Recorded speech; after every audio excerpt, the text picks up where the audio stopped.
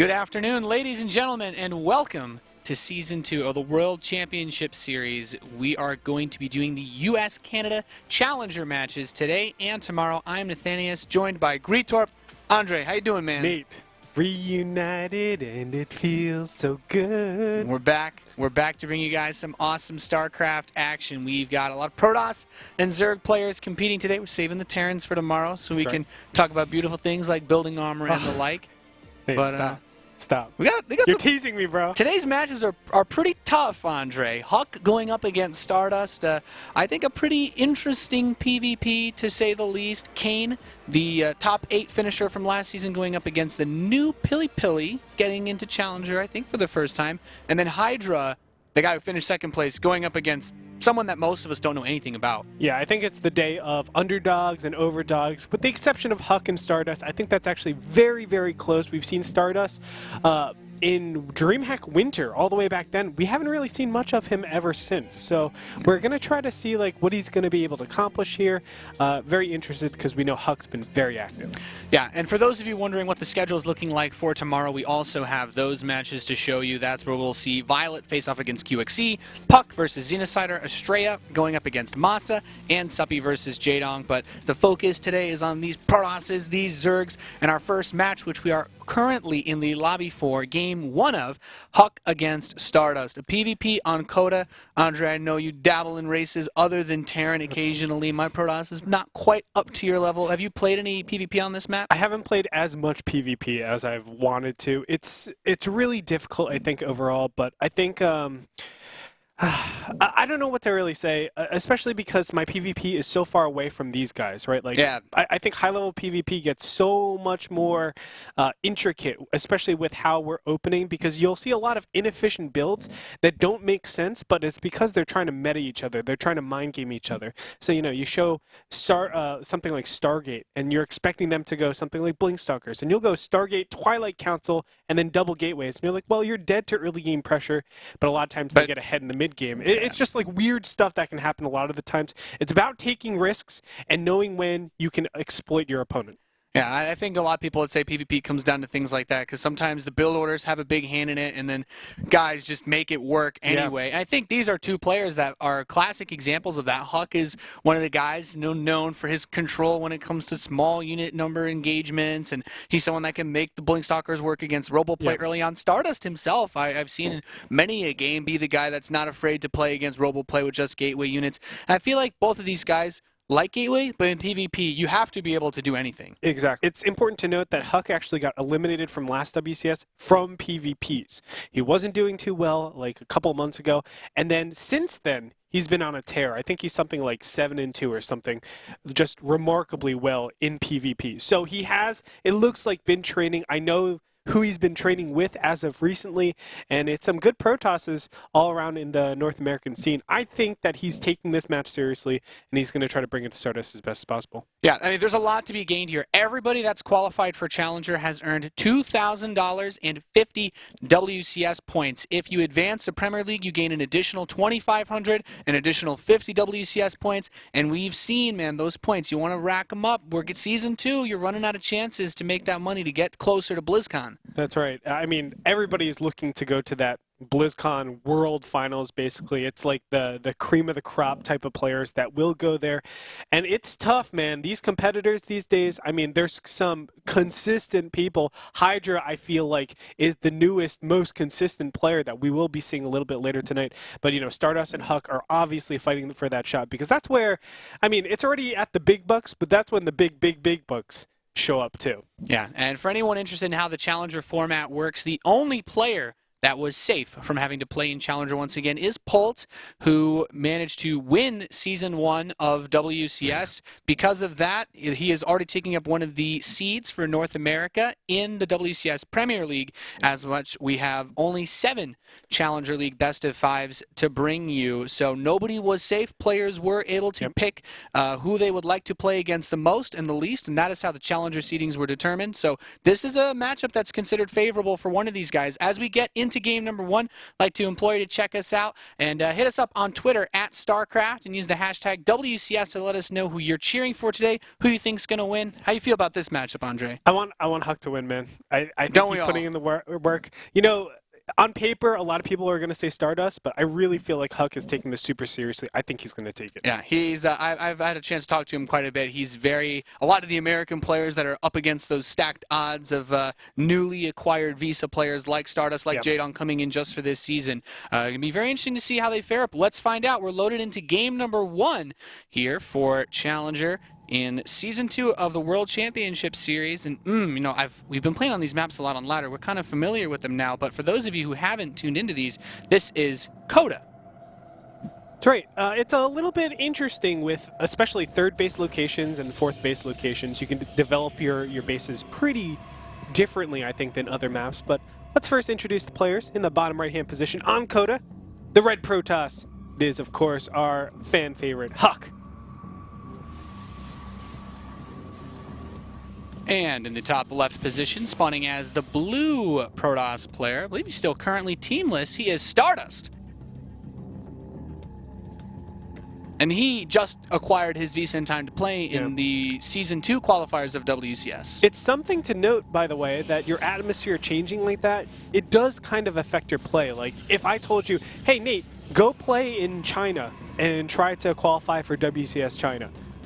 It would be a little bit awkward. It would be a little bit weird in terms of how, comfortable you are, how well you're feeling. Of course, the time differences definitely could affect you if you just came, but I think Stardust has been here for quite a bit. But it's little things like that. It's just your environment does shape the way that you're able to play. If you're not eating comfortable food, if you're not, just exercising and sleeping well, all these things will kind of reduce the effectiveness of how you play. Yeah, it's very interesting. Stardust came in playing the qualifiers before he actually arrived here, and he had difficulty against North American Terrence. That's right. He was eliminated by Taiga and someone by the name of War Chief, whom I've never heard of, and he himself didn't qualify despite eliminating Stardust. So he's shown a little bit of shakiness. He only got in on the 3rd qualifier, and as you pointed out, HuK played in Premier last season, so that's he didn't have to re-qualify to play Challenger. And so let's talk about the openings of these players a little bit, where they're headed in the direction of this game. We both have them going for the cybernetics cores, though. 6 probes on gas for HuK, and Stardust similarly saturated on gas. So I guess the biggest thing we're looking to see is if they add any additional gateways. It doesn't look like either of them have a much faster cybernetics core than the other. Now, this seems all very, very standard. Obviously, both of them are opting for the more tech-heavy routes. A lot of times you can't go for the mineral-heavy routes, like get a fast expansion, just because there are so many threats with Warp Gate, with Stargate, with Twilight Council, with even Robo, although Robo's probably not as mobile and as efficient as possible. Yeah, kind of a interesting little battle of the probes here at the start of this game. HuK, his probe almost managed to catch Stardust's probe in his mineral line earlier, and then his probe, of course, being harassing. You can see both these players looking for every edge they can get at the beginning of the game. Anything that they can use to pick up some kind of advantage in the start here. We have a Stargate coming up for Stardust and a Twilight Council for HuK. So I imagine that HuK wants to play for Blink, and if Stardust opens up with either Phoenix or Oracle, both of them are kind of soft countered by the Blink opening. Don't you agree? I agree. I think, Blink Stalkers is a really, really nice time. If you want to go all in and pressure, it's really nice. Also, the follow-ups are great. So if there's a matchup in Phoenixes, for the Blink Stalker player to get up to High Templar, start feedbacking, get Archons out, it's really easy. You crush a lot of force fields. A lot of times the Stargating player will rely on force fields and things like that to be able to be safe. So there are a lot of options. However, there are some breaking points. A lot of times the Stargating player will take the expansion a little bit faster because he has this pressure already out in the field, and Blink Stalkers take quite a long time. Yeah, he does use the Mothership Core to run in and scout. This is actually really nice because he sees not only that there's a Stargate, but that it's an Oracle being built out of the Stargate. And as long as you have a couple of Stalkers in your mineral line, the Oracle isn't really going to accomplish too much. And we can see with the 2 extra gateways that HuK's thrown down, this Chrono Boost heavily onto Blink. He wants to just posture himself to go for a big gateway push as I would imagine a counterattack.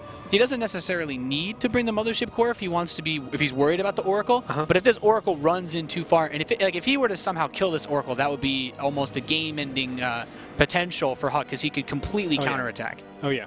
I mean, has to have the utmost precision with this Oracle. And a lot of times these top players do have that. We're going to find out and see what he's able to accomplish here. There are a lot of Stalkers, though, and that Oracle will be thwarted pretty fast here. Now, the Oracle will get in and see that there's no natural base. Right now, a little scared Stardust should be. I mean, Stardust hasn't thrown down his own Nexus, and normally he's throwing down his Nexus pretty quickly directly after the Stargate. But he's opting to go to Robotech. That Robotech allows him to deal with Blink Stalkers a little bit better. But we got to talk about the map. How well do Blink Stalkers do on this map? That's the real question. Yeah, there's one good space from the center position base where you can jump straight into the main. Otherwise, that natural has a pretty wide ramp. You can try to park that ramp with the Immortals. You're still pretty far away from your main ramp, which makes things a little bit awkward. I have to imagine that Stardust wants to rely on just the heavy dutiness of the Immortals to slowly push out and take that natural expansion while the Oracle buys him time at home. Because as you can see, HuK has 3 Stalkers that are basically just stuck here. If he moves them out to get aggressive, he can't defend his main base. This is really clever. He actually went in with the Mothership Core, HuK did, to get some room to go in there. He then sniped the Mothership Core of his opponent, so it looking really good. He still has Blink, but Immortal is out. This could do a lot of damage to his opponent. We're going to find out. Ooh, nice Blink Micro. Now, he popped the Guardian Shield there to make sure he couldn't try to target down the Immortal. And, you know, there's not a lot of Zealots on top of this, so if he does overextend too far, those Stalkers can make mincemeat of his army. HuK's continuing to warp in, and it's just one of those crazy scenarios where if he had those extra Stalkers from home, he could do so much more. Steps forward, tries to snipe something, not really getting a whole lot and losing a Stalker there. Losing 2 Stalkers, actually. That was not a good trade, very clearly. Both players are going to go ahead and throw down their Nexi. Yeah, going for the expansions. This Oracle still on the map, a constant threat, and that's a very uncomfortable thing for HuK because if he stays out on the map too long and there's a pylon somewhere that Oracle can help come in and he can bait away photon overcharges on this Nexus. In fact, he doesn't even have enough energy for that. Oh, maybe barely gets one shot away. 2 hit points left on that Oracle. That would be so important. If you kill that Oracle, you're able to step out onto the field with all of your Stalkers with relative safeness, knowing that, you know, normally there's not a second Oracle out. That allows you to be a lot more aggressive because, hey, you have 3 extra Stalkers there. You have, you know, your Warpins coming in. That's a total of a lot of Stalkers that will be out in the field that have Blink. The reason why we don't see that blink pressure up and down is because, you know, this map isn't the best for blinking into the main base. There's only one real exit that you can take to get out of the base. So that's why I think HuK is just saying, okay, we'll use our Stalkers to contain a little bit, get our expansion up. The real question is, when does he tech? Does he tech to Robo? Or are we going to see that... Oh, he actually teched the Robo, I'm sorry. But are we going to see the, you know, the mass, I would say, Immortal... High Templar type of style, or are we going to see the Colossus style? Yeah, there's a couple different ways that you can bring it. Like the Robo Bay can also be useful for getting the Warp Prism speed if you still want to go for any type of Zealot-based play, as I think a lot of players like to go for Immortal into Charge Lot Archon as a follow-up, because it's just very strong against players who go to Colossi too quickly. And I do like that he has Oracle on the map. There's a lot of energy that you could use on this to try to tag Revelations onto the Protoss army, which just basically just allows you to keep your eyes on it for quite some time. Makes it very difficult to move around with anything. But HuK still has some pylons out on the map, which are always going to be useful for counterattacking if you were to catch this. Like, he loads up... Is that 2 Immortals in that Warp Prism? This is a pretty costly investment if you were to lose this. And I think he flies by that pylon in the top. So if HuK, who grabs this Oracle, if he saw that Warp Prism at the top, I think catching that could be a really, really big play. In fact, he's moving Stalkers towards the right side of the map. I think he's getting ready to try to catch this. This would be huge. I think so. I don't know if he has enough room over on that right side to catch it, though. And now the Phoenix gets in. Oh, wow, this is so cool, man. This would be really, really nice for HuK if he could get this Warp Prism, 2 Immortals, and shutting down the possibility of aggressive Warp-ins. He's in position, but can he actually hit the Warp Prism from there? Oh, it's coming in towards the pylon. HuK Stalkers, they're there. Is he going to try to jump for it? No. Just at least forcing him away. Of course, those 2 Immortals alone, the 4 Stalkers could have a bit of difficulty against if he didn't have, if he blinked aggressively. Yeah. But if he catches them off guard, I mean, that's like game-ending damage right there. I know it sounds silly because it's just a little harass, but that is a lot of minerals and gas invested into that Warp Prism play. The fact that he was able to shut it down, it helps, but it still makes HuK a little bit scared, right? The Warp Prism still exists. Yeah. He's saying, oh, there could be Warp Prism harass anywhere on my base. I need to be super careful. And that forces HuK to be a little bit more, I would say, defensive with his overall units, but I love how he's still pushing out with Stalkers, that means he has to have a heavy Stalker count. That also means that he can't have those money units out nearly as well as Stardust, like those Immortals, like the Colossus. I mean, this army is just much stronger right now for Stardust, and HuK honestly has to be trying to think of a way that he could push him away or buy himself some time. He's got 1 Colossus and 10 Stalkers against 2 Colossi, 3 Immortals and 3 Stalkers, and those Immortals are going to be much more effective in a big fight with the Colossi than the Stalkers ever will be. Yeah, I mean, that's the real power, I think, that comes into Stardust's army. Just the extra time that he's had with the Robo enables him to get those Immortals out, as you were saying. And 2 Stalkers is the same mineral and gas cost as 1 Immortal, and 1 Immortal dishes out a lot more damage than 2 Stalkers. Yeah. So it really comes down to this first fight. What HuK is going to try to do is delay. He wants to get this game going as far forward as possible. Because think, if you extend the game as much as possible, the advantage becomes a lot more negligible. So if you can wait until, you know, the 20-minute mark and then have the first fight, he's going to be very successful. That means he wants to have little engagements as much as possible, keep his opponent busy, meanwhile teching up to his 3rd base, getting his economy going, getting his production facilities, and getting a 200-200 army.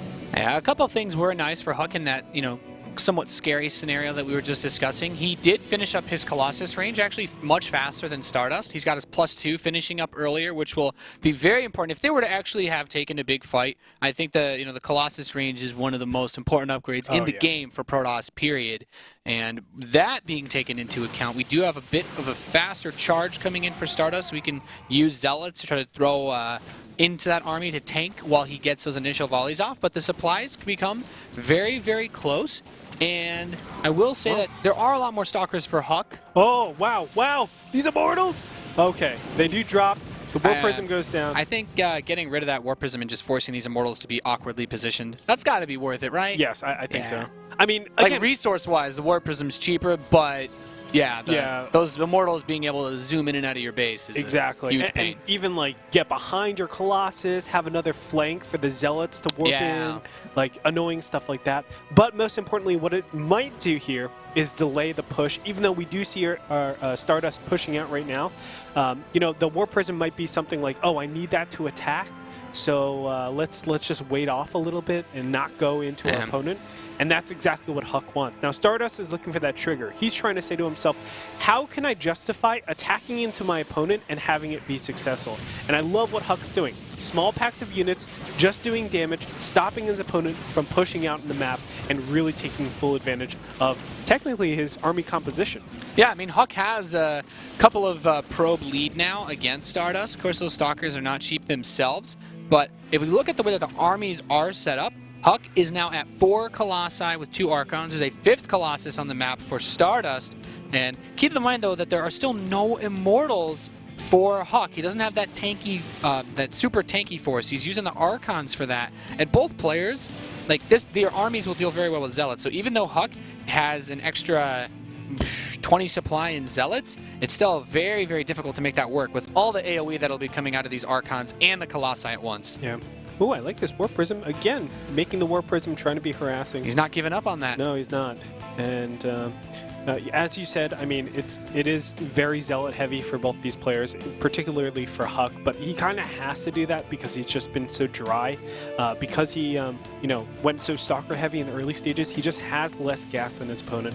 So that's why you see that a lot of the time. And that War Prism coming back to be annoying. I think he even got Gravitic Drive for it, moving very fast, and he's forced to fight with probes and a cannon against these Zealots. And you know, even the probe mining being delayed a little bit, being taken off that assimilator, he needs that gas that you mentioned, Greetor. This is brutal too. Now, what Stardust is trying to do is push the main army out of position so he can start attacking the 3rd base. And what HuK is doing is reacting perfectly. He's saying, okay, I have a single Colossus that just popped out. Let's go ahead, have that defend. Oh gosh, this is really scary. Well, he's trying to micro these Zealots with the War Prism on top of the Colossus. Losing that would have been really painful, to say the least. I still really like Stardust's army. HuK warped in a pretty reasonable amount of Zealots as a response to that, so he's ahead in supply, but it's mostly in Zealots.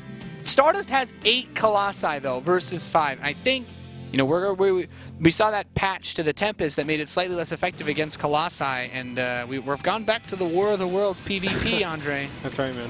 But we do have to mention the 5 Archons over the 1 Archon that HuK has, and normally that does happen with how many Zealots there are. I actually think HuK has a nice position to actually do a lot of damage here.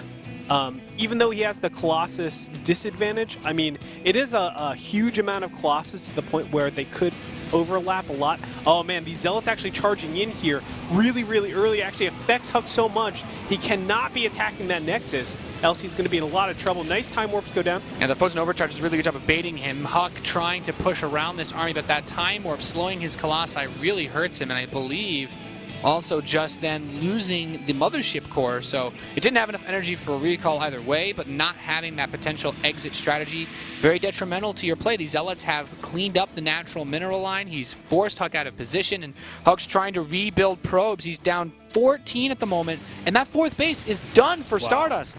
This army is massive. It really is. 10 Colossus down to 6 Colossus, and the Archon. Oh, these ones got out of position. Oh no!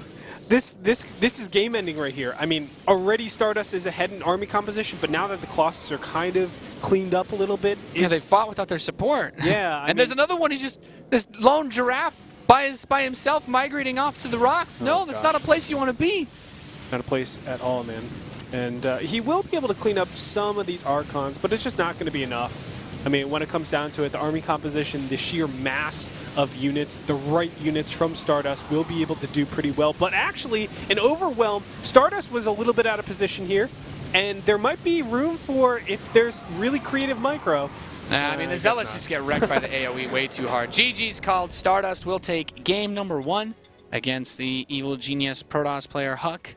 I wanted to believe at the last fight. I wanted to believe. I mean, you know, but then I saw 10 Colossus. It's like when you have like the Zealot lead in smaller numbers, like if you're not above 3 Colossi, yes, then that Zealot advantage gets really big. But having the supply being Colossi instead of Zealots, and you have 8 Colossi with +3 attack, they're doing like, I think it's at least 19 damage twice over all of them. Yeah. And that's just, you're basically like one volley cleans up all the Zealots instantly. It's important to note the order in which gas was spent also in that last fight. We saw the Colossus being built from Stardust, and then the Archons being built from HuK. What's easier to get, Colossus or High Templars? Obviously, the High Templars, because you could just spam them out with the gateways. But getting that Colossus out, you have to wait a long time. It's 60 seconds with Chrono Boost inside of Robo Bay, or excuse me, inside of Robo. Sometimes you need 2 Robos, but that's really what you max out on. You get like 8, 10, 12 gateways a lot of the times. So getting those Colossus out first is actually a lot better as you start to scale into late game because of that very reason. Yeah, another one of the things that make it very tricky is because, you know, you mentioned earlier a lot of gas being invested early on for HuK into the Stalkers, whereas Stardust was able to quickly move into Immortals to take his natural. And the Immortals are one of those units that do retain their cost effectiveness into the late game. They're very, very good because they can survive that splash a little bit better from the Colossi. But also, if you get through the waves of the Zealots with your Colossi, then your Immortals absolutely annihilate the opposing Colossi. I'm pretty sure the last 2 Immortals that we saw on the field from Stardust were the same 2 Immortals that were made in the very beginning stage. Yeah, he just went straight into Colossus production after he like planted down the natural and got it secured with the gases. Those Immortals, man. The only thing that he spent that wasn't like super scaling well was the Oracle, which in my opinion was able to keep HuK away from doing what he wanted to do. The Oracle didn't really deal damage, but it prevented HuK from doing damage. Yeah. It's like spatial advantage. It's definitely like just scouting, seeing what your opponent is doing. Before the second Immortal came out, I felt that if he had those extra 3 Stalkers, like if they're just boom across the map, it's like, oh, you don't have an Oracle, then I really think HuK has something that he can work with. But you know, when a third of your army supply is sitting back home defending against an air unit, it's tough, man. It's very tough. Second map is Echo, as we are now loaded into game number 2 here of our first best of 5 in the World Championship Series America Challenger matches. In the top left position, spawning as the red Protoss player, currently down 0-1 in this best of 5, he is Evil Genius's HuK. And all the way in the bottom right-hand corner as the blue Protoss, the Korean Phenom, it is Stardust. Stardust had quite a few good runs in the European WCS. He's He recently, in the last 6 months, so left My Insanity. He's been on his own, just chilling. I know he went from playing in the team house in Switzerland to being in Korea before coming over here to play in WCS once he got his visa. He's been moving around quite a bit. I believe HuK has just been living and practicing out of New York for quite some time now, and just very recently going. I heard he was spending more time in Canada, might have been visiting family or just practicing there. But I know this is a season where HuK would really like to make a deep run because of the finals that we're having for Season 2, where, of course, we're going to be in Toronto in June, and that's something I think we're all excited for. Oh, yeah. And obviously, I mean, HuK is the type of guy that just has so much nationalistic pride for Canada. He wants to be representing Canada every single time. I remember back in NASL Season 3, he brought out a Canadian flag because, you know, he had the entire support. Just why not, right? Why not, man? Why not? I mean, he embraced it, and he embraces it consistently, and I love that about HuK. I mean, he really... Some of the players do a really good job of that. Oh, Xenocider, too, man. His tweets before and after all of his competitive matches, he's just got, like, I think he's had, like, the picture of him with, like, American flag sunglasses on, and man, he's all about that America. What a guy. What a guy. Yeah. That's going to be an exciting match tomorrow. Yeah. He's kind of guy we need. These young EG punks, as it were. But they definitely are young. They definitely are punks, man. These guys. The new breed. How do you feel about Echo? This map, for when I play Terran on it, I usually feel like the third base is one of those maps it's easier to lock down once you break the rocks. Do you think that has a bigger impact in this matchup, or? I don't. It definitely helps out. Definitely a lot more than last map. But overall, I think the big thing is Blink Stalkers are a little bit stronger on this map than we saw last map.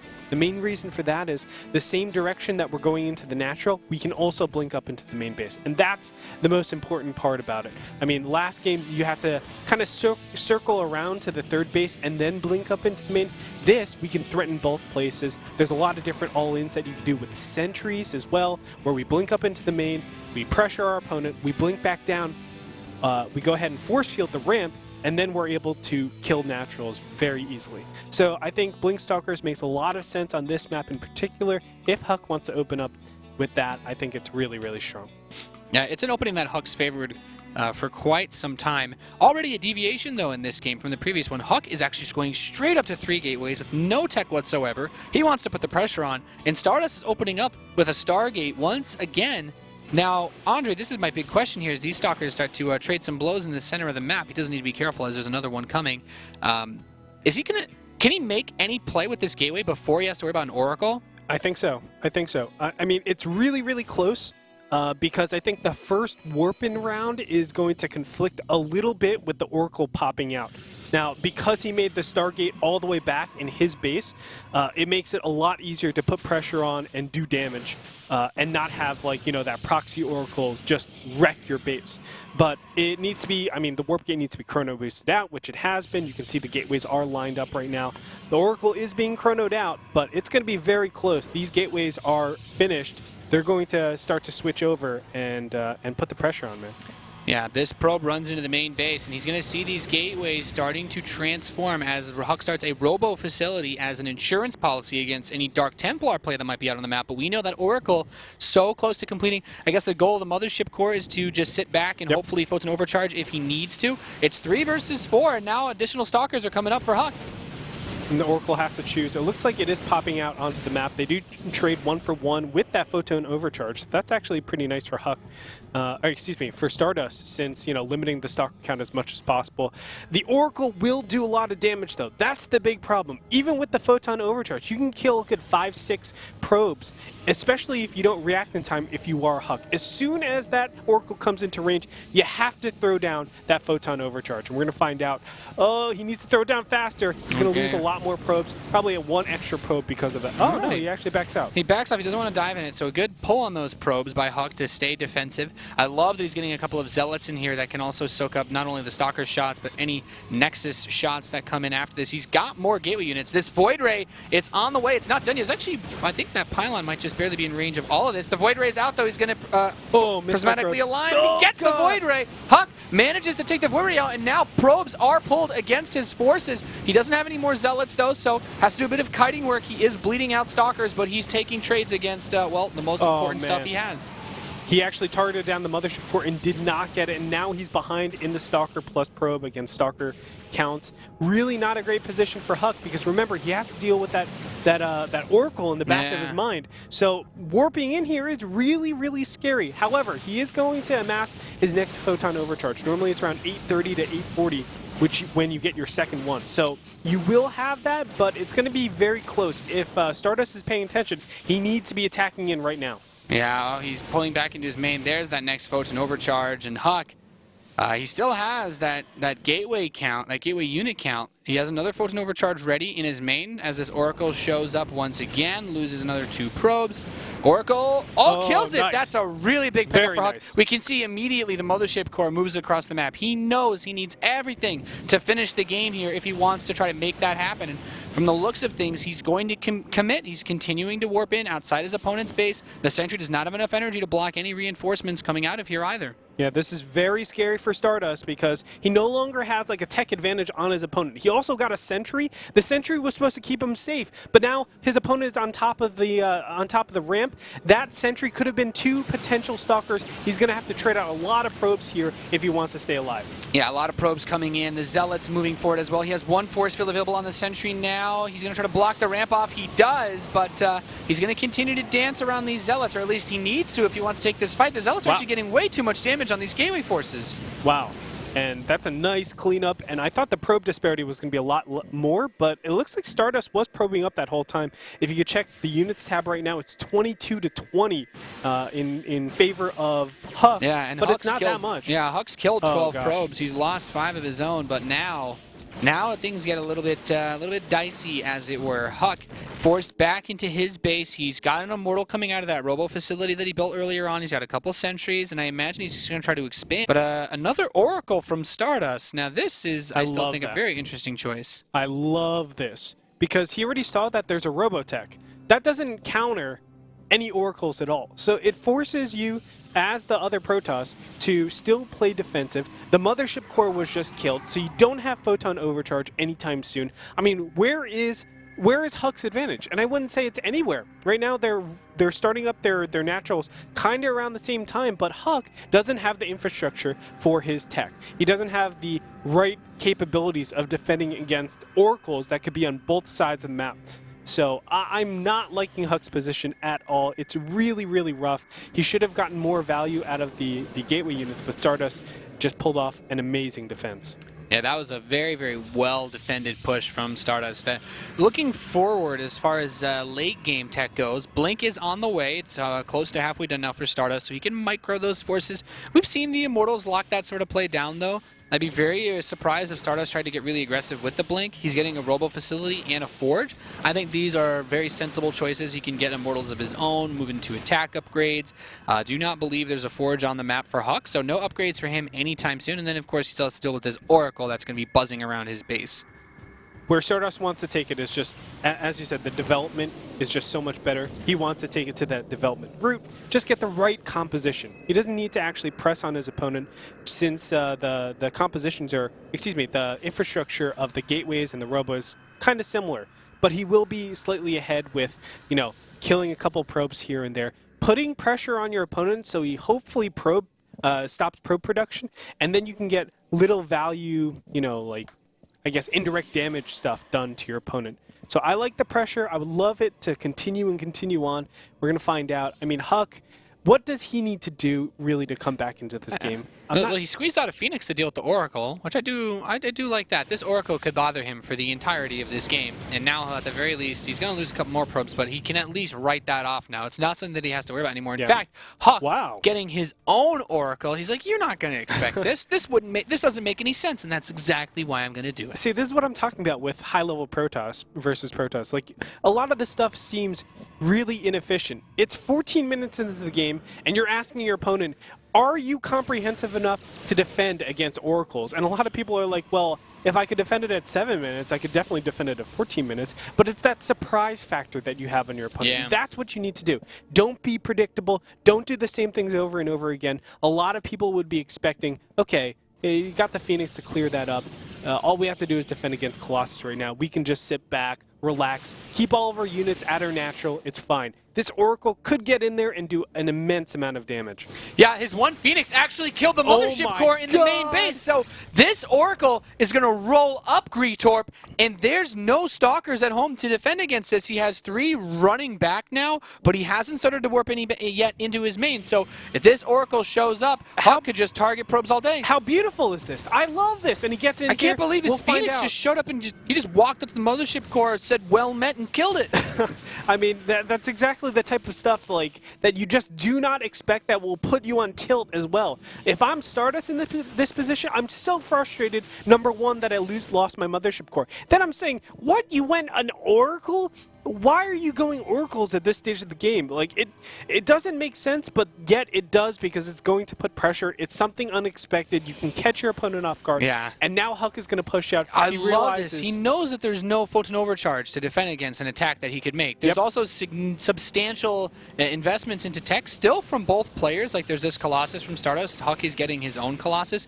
Maybe this is just a play to get his 3rd base up. Really wants to threaten the push. Yeah. Remember what I was talking about before? If you put pressure on in the front, a lot of times you'll probe cut, you'll think, oh, there's an all-in coming, it makes sense, you know, you go the Oracle, you do economic damage, and then, you know, you try to pressure the front. This is going to give HuK a lot of space to say, hey, Stardust, stay in your base. Hey, Stardust, don't do anything. Don't push on me because I'm taking a 3rd base.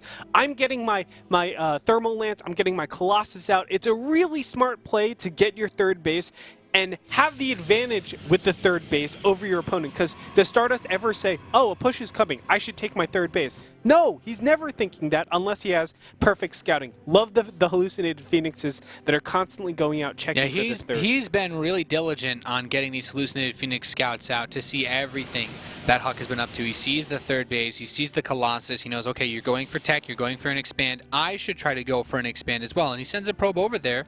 So I think we should see him start that Nexus up. Boom. There we go. Stardust is still saying, like, dang it, he has the 3rd base lead on me. And I love the mind games that are going on here.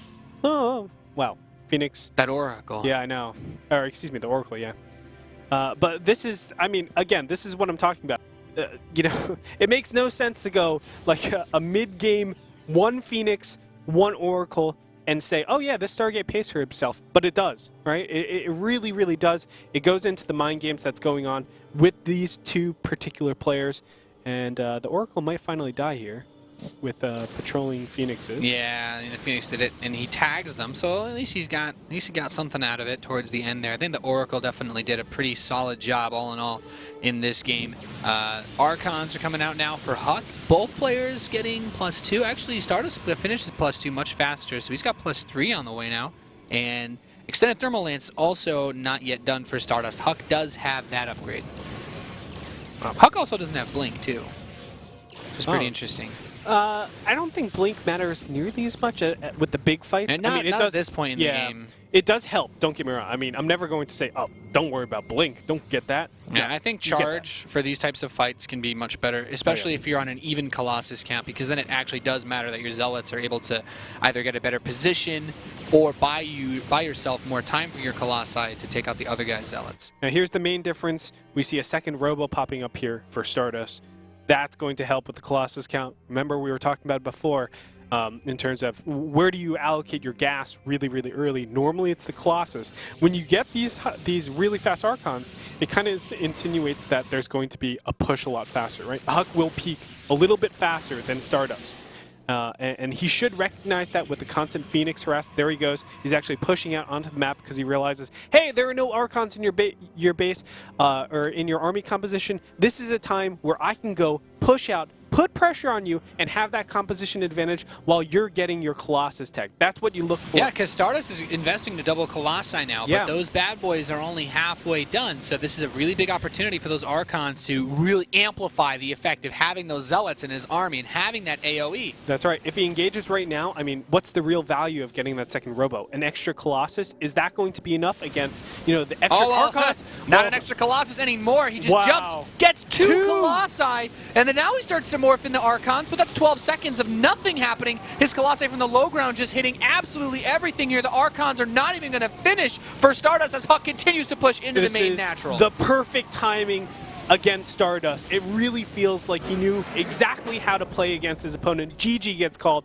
and HuK will take game number 2. That was brilliantly played. After being behind in the early stages, he found little ways of getting back. I love the reaction Stargate to surprise his opponent, get the third base really quickly with a fake push, and then from there, that timing, it really tells me that he's really invested time into looking at Stardust play. That was a very interesting game for a lot of reasons. There's the dynamic of that early game setup with the Oracle defending against the 3-gate push that came and barely holding on by sacrificing probes but still being close in workers. And then the one Phoenix killing the full energy mothership core. It's gigantic. It's questionable. It's questionable to say the least, guys. It's questionable to say the least. But we can say that he's punishing Stardust's style for not getting a lot of stalkers in the early game stage. That's true. I mean, he did have 3. They were just across the map being aggressive. But game 1, he only went up to 5, I believe, to defend against both places. True. He's relying too much on his Phoenix and his Stargate play, saying like, oh, I know exactly what you're capable of. Okay, I'm just going to defend against exactly that. Where he's not defending against, I would say, like the entire range, the merged range, where it could be, you know, Oracle harass a little bit later, which sounds crazy, but it could be just harassing the mid game that HuK wasn't doing in game number 1, now showing off in game 2. Yeah. Man, I'm really impressed with this game. I can't say it enough. It was just so sick. So sick. It's been a very, very interesting series so far. We've seen the way that the early aggression, which is something that a lot of people would say is a hallmark of both of these guys. HuK and Stardust are not shy to go for these types of plays in any matchup. Yeah. You know, it's not like this is a PvP thing. Like, HuK will go for early gateway pressure against Terrans. I mean, he's almost known for it now against Zerg players, and I think Stardust as well in a similar fashion. And it's cool because neither of these guys really like to play all that passively. When HuK saw the opportunity, he went for it. He didn't sit back and say, nah, I'll wait till max out. Like, these guys will jump at each other's throats. I mean, the way that HuK was also looking for that trigger, I think, you know, a lot of people, they have that eye of the tiger. They want to win. They have that passion to be aggressive. But what I love about HuK is he has that aggression. He also has the triggers to be aggressive. He's not blindly aggressive like I would say a lot of these younger kids these days. They're just aggressive for the sake of being aggressive. But I think HuK, he's really tempered his aggression. He knows when to actually push on his opponents. He sees, oh, no Archons. I know exactly what type of build that you're doing. I'm going to push right here. It's the little tiny things that takes a ton of experience to really get down. And, oh boy! Well, let's not delay getting into game number 3, guys, because we've already got something interesting going on here. It's going to be played out on Vani Research Station in the bottom position. He's already got a probe cruising halfway down across the map, representing Evil Geniuses. He's up. Well, he's tied 1-1. He is Evil Geniuses. HuK. And over in the north side of Vani Research Station, the blue Protoss, the Korean Phenom. It is Stardust. I already used Korean Phenom. I gotta think up something else for Stardust. I mean, I'm sure we'll come up with something. You know what happens when you play in America, Greetorp? You become American, and Paul got a nickname. We'll think of something for Stardust this season. I'm sure. We have to. I'm sure. Unless he gets eliminated here, then I guess we won't have to talk about it too much more. So what do you think about this gateway spot? This is so when you really think about it, it's like, where do I scout? You know, I think about it as from Terran perspective. Like, if I knew that there was a Protoss was gonna proxy gate me, I would check by the mineral line of the outside third base. I would check by the fourth base, by the ferns, and I would probably check maybe in between the center base and the gold base. Like, I'm checking outside my main. Not inside. Yeah, right? but I wouldn't. It's like you'd think like he's not gonna build it in my base, is he? Like, no. There's only one time that someone's built in my base in all my ladder games so far, and it's all the way over in that. Actually, my natural.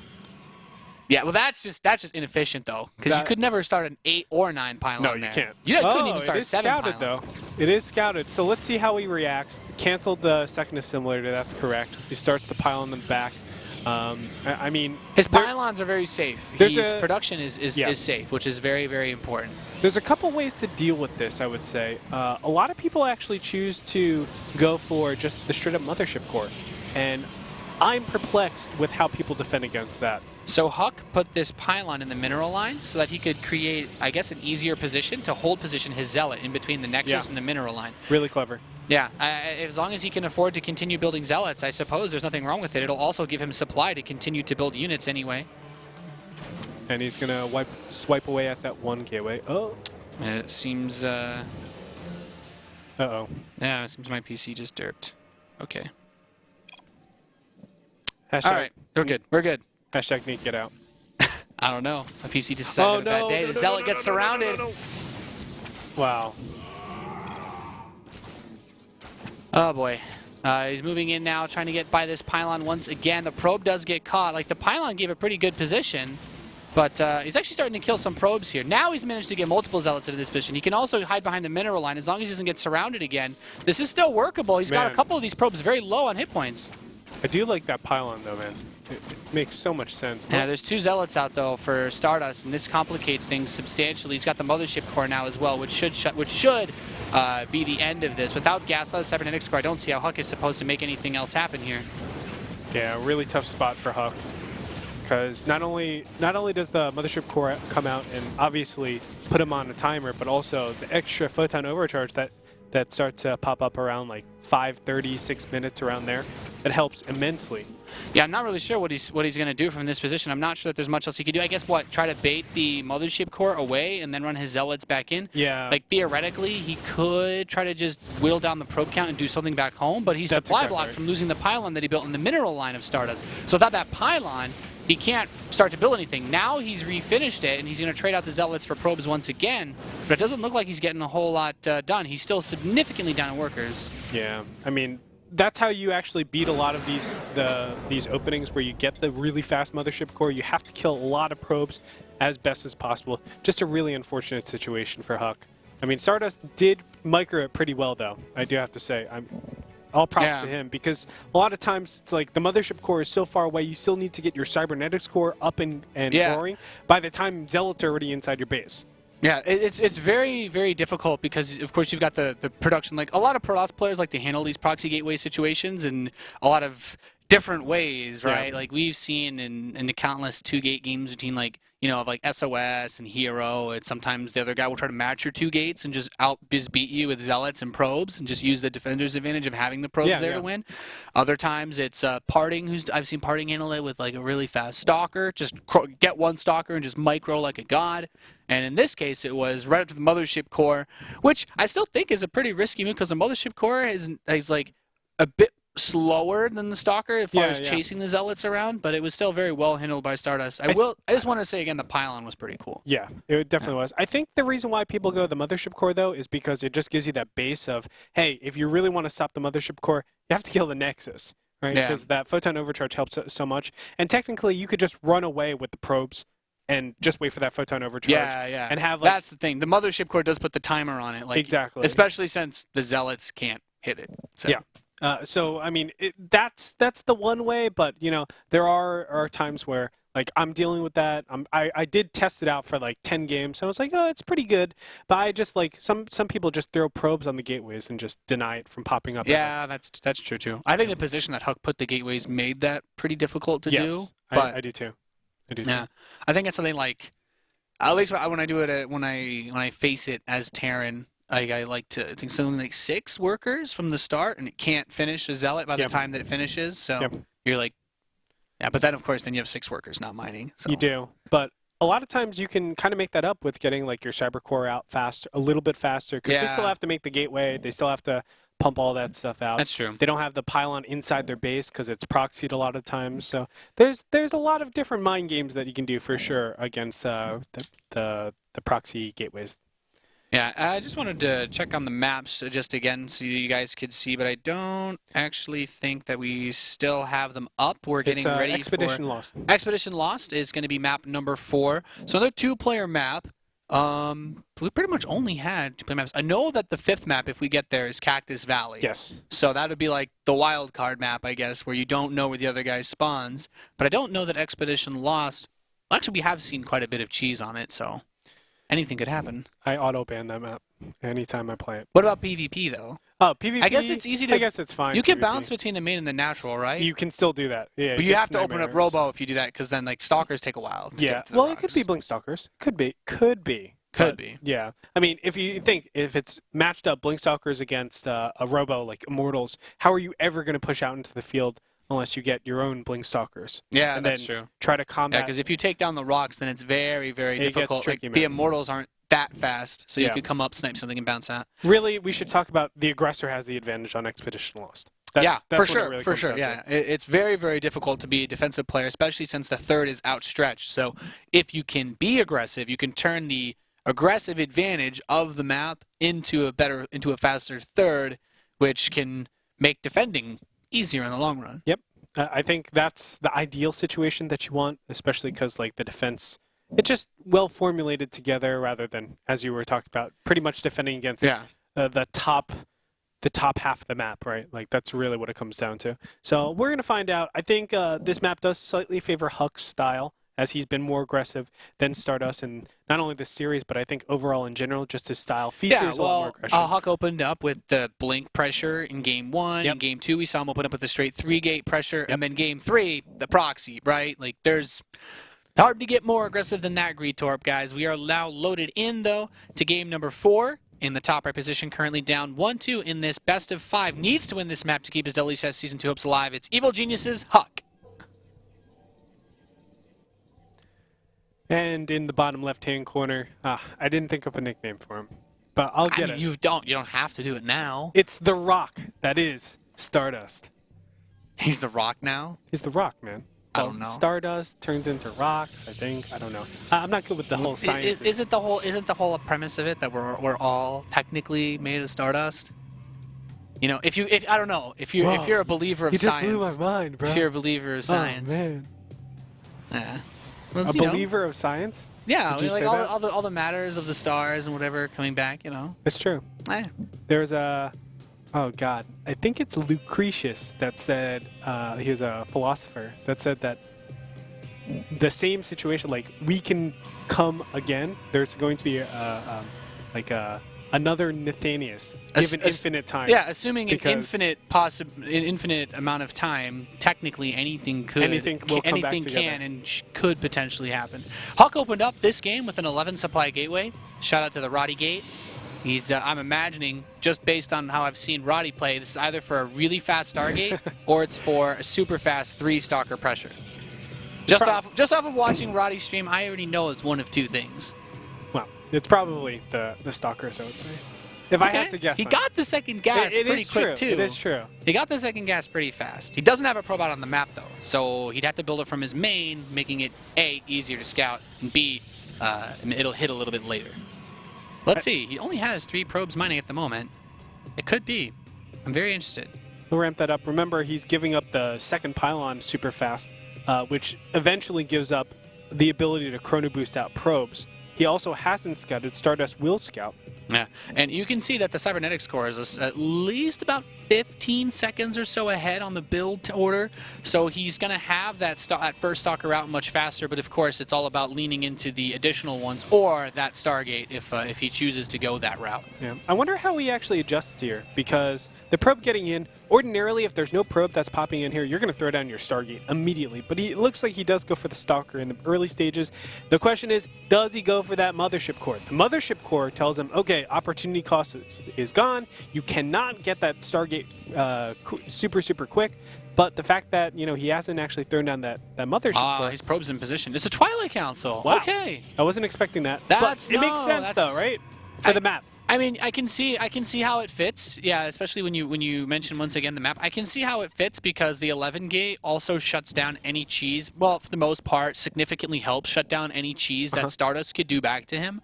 But I haven't seen a lot of Twilight Council plays off of the 11 gateway opening. I guess it was just HuK saying he really wants to be safe this game. Yeah. He would, I guess this is a situation where if you lost.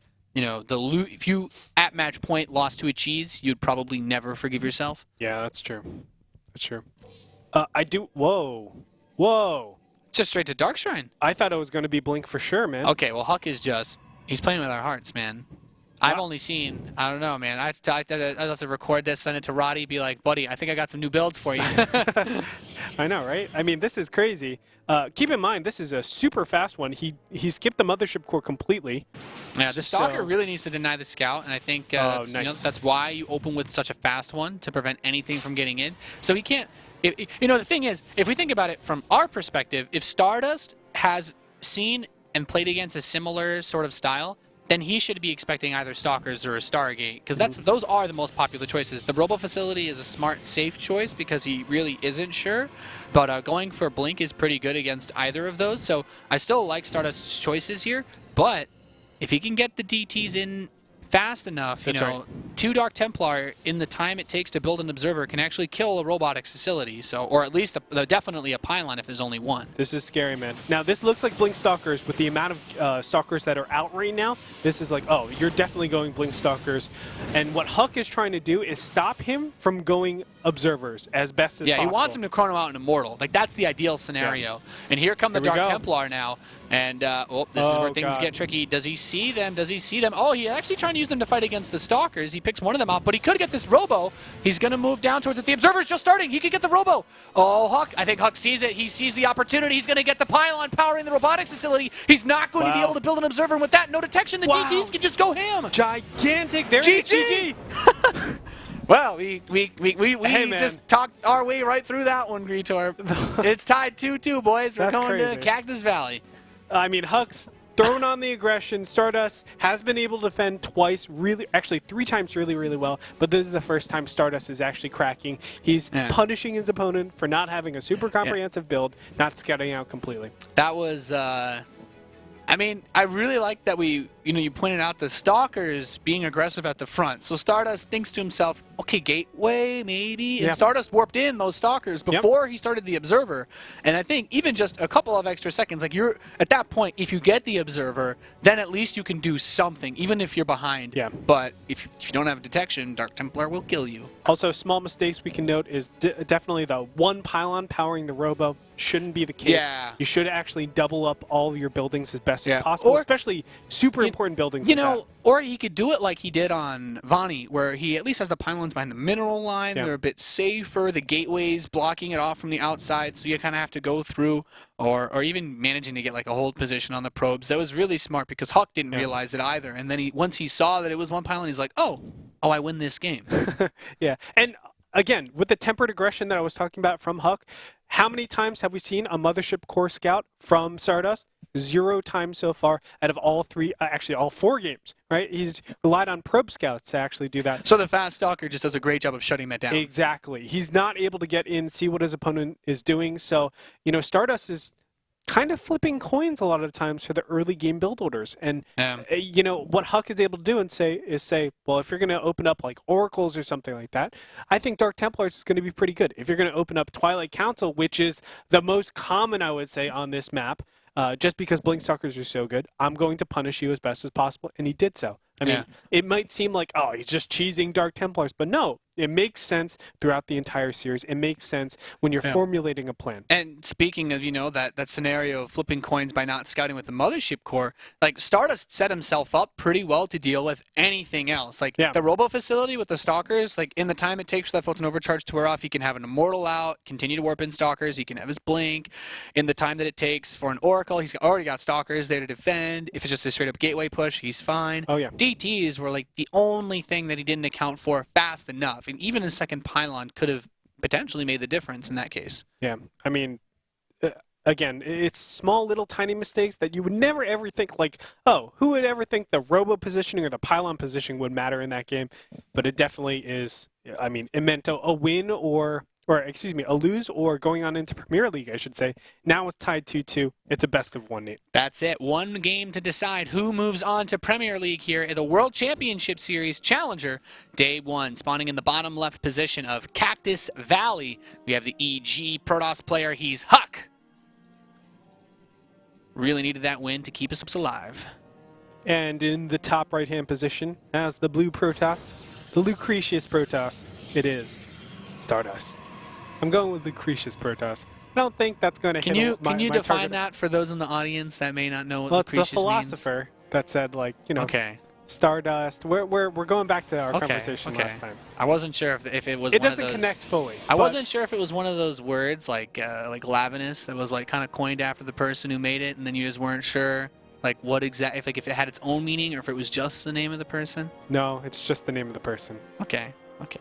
But I mean, he's a philosopher, really smart guy. Stardust is really smart. I can dig it. You're dropping a reference that's gonna go over some heads. All I'm saying. But for cross spawn on this map, let's talk about just the immediate difference between this game and all the other ones in this series. The only 4-player map these guys are playing on. That's right. They don't know where each other spawns. A fast probe scout won't find the other guys, so hiding tech, very possible. Don't even need to hide it. It's still going to be harder for the opponent to find if he doesn't scout you immediately. And since it's cross, they shouldn't scout each other immediately. You almost always either check vertical or horizontal first. Yeah, there's also the fact that this is the final game, the best of 5, so it's like, do I want to, on this 4-player map, I probably have the best equity to actually win with an early game push, win with an early game cheese, whether it be Dark Templars, whether it be really, really fast proxy Oracle, whatever it might be. Take all the cheeses, it's probably best on a 4-player map. But do I want that to determine whether or not I get into Premier League?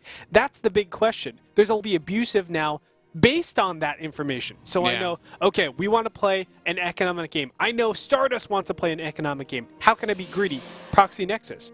How can I be greedy? Let's take a third a little bit faster. Let's skip a major upgrade like, I don't know, Charge in favor of getting our expansions out a lot quicker. Or, you know, let's not go Blink and show like a Twilight Council and then take our expansions. There's a lot of little tiny things that you can do just to get that economic edge because you know your opponent wants to play that macro style.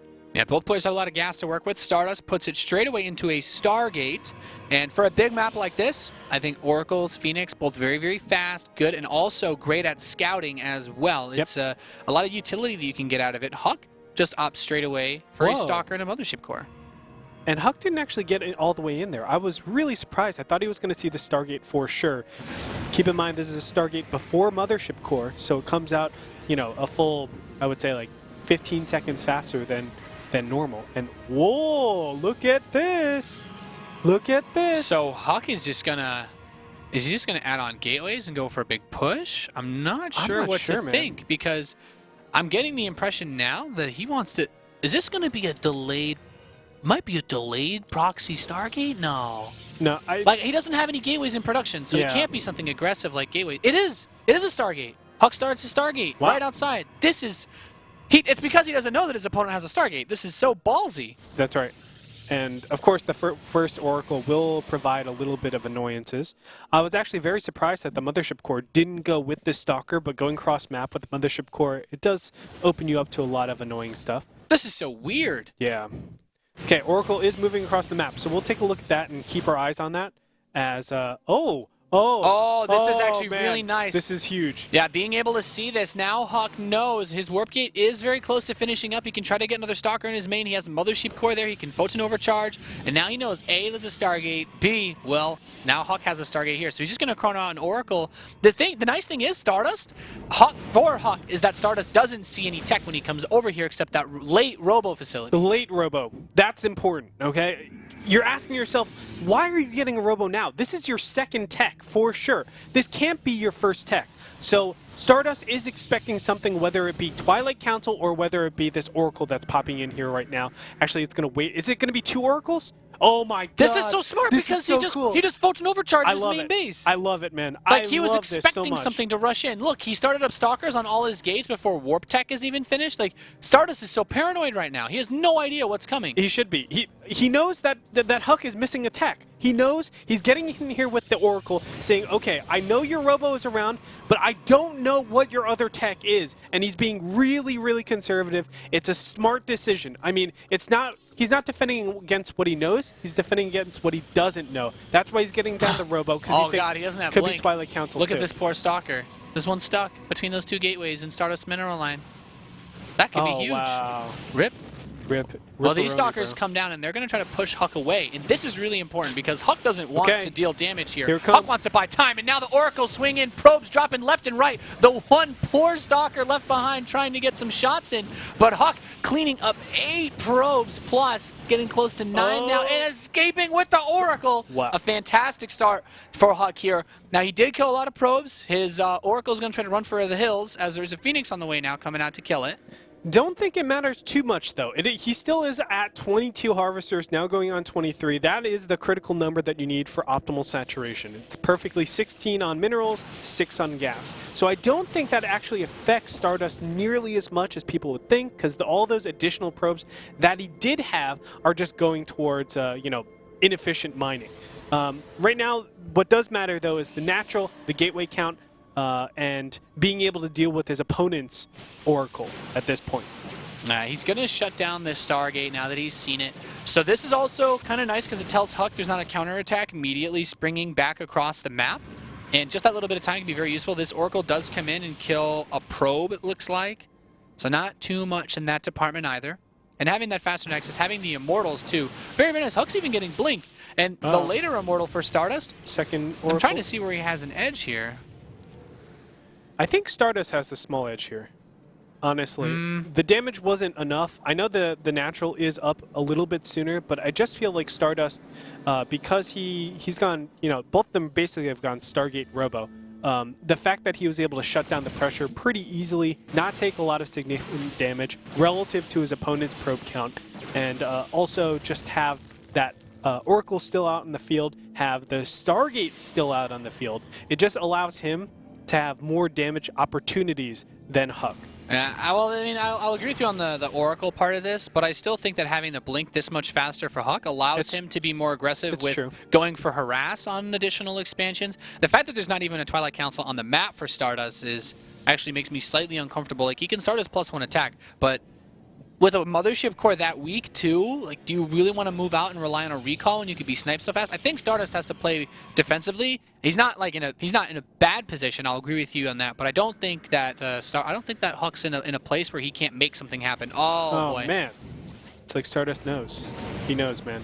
He's being very aware of where this when this army's moving around, and that Oracle barely escapes with a little bit of health. So this is still a very tricky spot. Like, HuK never actually. Like, he wasn't able to keep his Oracle alive at any point, right? Like, it's suicided getting the last revelation. But this is where the Blink can become useful. He has a Bear Stalker lead. There's not a crazy number of force fields, and he can put on pressure because he can just try to out-micro him. It's a little bit tricky. Oh, man. Now, the Immortal counts are very similar. The problem is the choke here. The choke is really, really tiny, but remember, there are tiny little micro tricks that you can do if he's able to get vision. He's going all in. HuK does not have a follow-up directly after this. He needs to do game-ending pressure right now, or game-ending damage right now, else he's just going to be so far behind. The problem, the Robo has been up for a while. 3 Immortals out, almost one-shot Stalkers. 3 Immortals is a fantastic anchor to this force. He comes up, peels the shields off of one, and then Stardust very smartly puts that one in the back. Okay, force fields the Immortals away from the rest of the army. Blinks on top. This is actually really nice for HuK. One Immortal does get picked off. He's trying to micro around the rest of them. The Zealot soaks up a lot of shots. Second Immortal is dead. Going for number 3. His Immortal has not been able to do much damage on his own. Okay, his Immortal picks off Stardust's Immortal. Now he's pushing into the natural. There's the Photon Overcharge, but he still has the Zealot Immortal anchor on this army. A big misstep by Stardust. He did not catch the incoming attack, but is it going to be enough? The Photon Overcharge does give him a lot of time to just tank the damage, and remember, he is getting constant Immortals. He does have the defender's advantage, but taking out that Mothership Core, a very important feat. Oh, the Oracle at the same time came in for the backstab, just chewing away on these probes. He does finally kill the Oracle, but now he's down 33 probes to 42. HuK really wants to end this here. He wants to make it happen right here, right now. I'm not sure he's going to be able to, though. There's another Immortal out. Man. There's no more Photon Overcharge once this one runs out because he killed the Mothership Core, but just that constant Immortal production for Stardust has been so good. It was so close, but as we were talking about, the choke is really hard to get good surrounds on your opponent and put in pressure without taking a lot of damage. The Immortals giving that burst in small spaces allows him to defend this very, very easily. That's why it's a little bit tough. I feel like HuK really needs to have additional pressure to go into the main if he wants this to work. But, you know, getting everything together, this was probably the most efficient, brutally efficient attack that he could put on his opponent with this Mass Blink Stalker. Yeah, and this Observer sees the army. He knows what's going on. If HuK tries to step forward, Stardust will be aware immediately. Comes up, trades out 2 Stalkers there, trying to get a Sentry. Oh, man. I'm not feeling it, Greetorp. I'm not either, man. It's a really rough spot for HuK. Yeah, HuK got some good trades, but the problem was the Oracle dealing so much damage behind it. I think if that Oracle hadn't picked off the 6 probes, or if it had gotten sniped earlier, or he just didn't even move it in, then HuK's in a place where he can start to build probes and be comfortable. He's tried to even things out. There's the first couple force fields. He gets all the Sentries of Stardust. But it's just not going to be enough. I do want to keep in mind that HuK has gone ahead and transitioned. I love this. Hallucinated Phoenix gives him a little bit of vision on top. He has 4 Stalkers, but an Immortal just popped out here. And of course, that cannon over there on the right-hand position. Dat Stalker. Dat lonely Stalker. Okay, he's actually doing a pretty nice amount of probe damage here as the 4 Stalkers one-shot them. So this is really, really nice. He's able to at least get something out of a few of these units. He will not be able to escape. He missed the blink out. But 9 probes killed puts HuK barely ahead. The big question is, can Stardust counterattack? And to be honest, Greetorp, without that blink, I don't think he can. You're absolutely right. I love that you mentioned that. The blink actually disables Stardust from really putting on game-ending damage. If you look at the army tab, he's pretty nicely ahead. 22 supply ahead of his opponent in just straight-up army. The problem, Robo Bay is already finished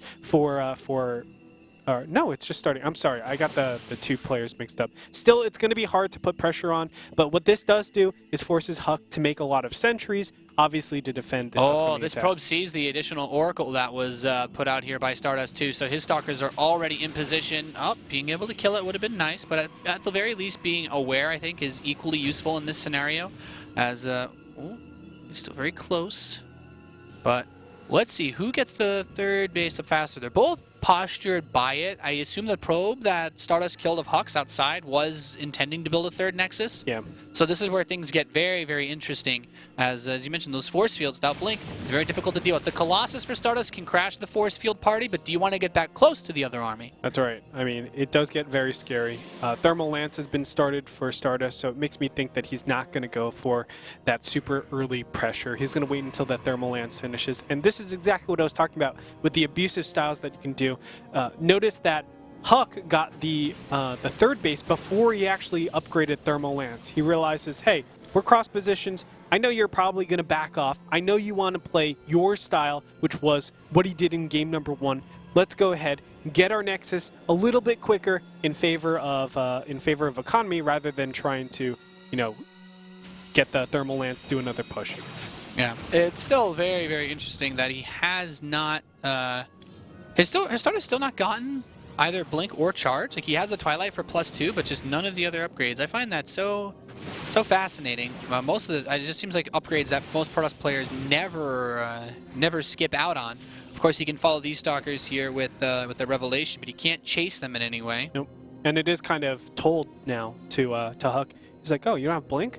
Oh, I can play a little bit more aggressive on the field. Still, this push is very scary because of how many Immortals exist in this composition. But I don't expect Stardust to really put pressure on. He doesn't have any probes that are out here with him. And on top of that, pylon. Yeah, with no pylons, obviously, the reinforcements. He doesn't even have his Mothership Core here. This is so risky by Stardust. Like, if this Mothership Core got caught out on the map and his army had to take a direct fight, he has no way of retreating. That's right. It's scary, man. But I love the aggression that he's putting on at the same time. I mean, this is forcing HuK to make units he doesn't want to make sometimes. Wild Giraffe, he's going to see this. I think his Stalkers, he's like, I could get this bad boy. He's not going to be able to get it. But really nice damage done to it still. He did some paint damage. Got something done there. As long as he doesn't lose these Stalkers, which should be pretty hard for him to actually kill them because he doesn't have Blink. He just run around. I love it. And Charge isn't done yet either, so he can actually just run around. Yeah, just blink away. I love it. Well, still losing a few here. Bit sloppy. At the same time, he was able to grab a couple of probes during all of that. And HuK's actually he's moving his army out. So is this just a great bait? I'm not sure. He needs to be careful. Oh man, like there are units flying all over the map right now. The Oracle's coming back for more. This Stalker being here is actually super useful. He's got the cannon in the mineral line as well, just in case. Is his insurance policy. And again, I don't think HuK really can push and kill. It's just pressure. Yeah, it's like a bit of a pendulum type thing going on here. Oh my god. You think he just... No, I was going to think maybe he tries to split off some of his Zealots in this base. Oh, it looks like Stardust is going to force the fight now. Guardian Shields popped on both sides. There's the time-ups. Hallucinate some Colossi that run forward straight into the army. HuK has actually killed off both of the Colossi on the bottom side. The Immortals are stepping forward, though HuK still has all of his Colossi, but his gateway units have fallen. Yeah, really, really quickly. Obviously, the Archon's coming out for Stardust. He wanted to push a lot earlier than his opponent. And Charge is going to be the bane of HuK's existence right now, as he really cannot retreat with these Colossus. He has to trade them out for Zealots of all units, and Stardust is just going to roll 132 supply to 80. I mean, not a good position for HuK by any means. I think that push was... I think he felt pressured. Yeah, he got a bit overzealous with that attack. Maybe thought that he could take a fight, which he clearly could not. And now, even attacked his own Archon there for a second. Now he has to sit here and try to defend. But there's the Immortal Anchor. Like, he doesn't have anything that can actually get through the meat of this army composition. Like, he's going to push into the Nexus. He's pulling probes against Archons and Colossi. HuK fighting for his life here in Challenger, but I don't think he's going to be able to stop Stardust from making his way to Premier. Yeah, he knows this is the defining moment where if he doesn't defend here, he's absolutely dead.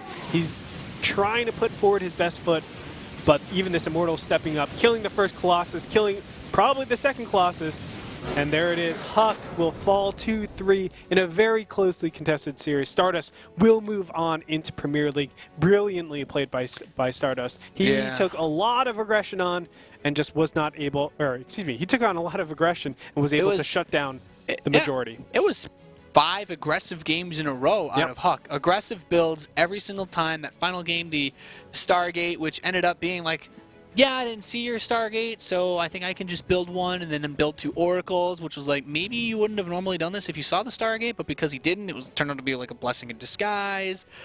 And it all really just came down to HuK with that last push. Like, I think he could have pulled back. I don't think he was in a position where he was far behind enough that he needed to like make some sort of all-in to win the game at that specific point, because his third base was up faster. He had the mobility of the Blinkstalkers to run around and harass. And the problem was, I think he got later gases on his third. So when you're only getting minerals for the most part, you have to kind of pressure up or just play super defensive, wait for that 200 max. I think on that map, I don't know, maybe I like warp prisms, but maybe HuK saw something else that I didn't. I don't know.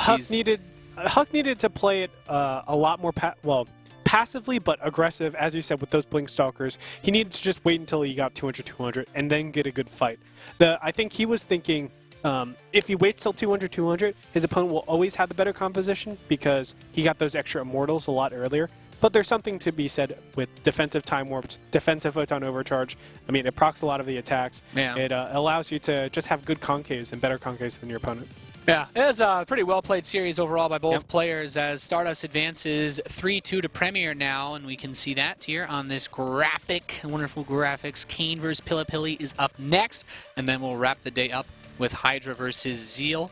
So, we have 1 best-of-5 down, 2 more to go. Kane versus Pilipili, Protoss versus Zerg coming up after a short break. You're watching the World Championship Series Challenger. We'll be right back.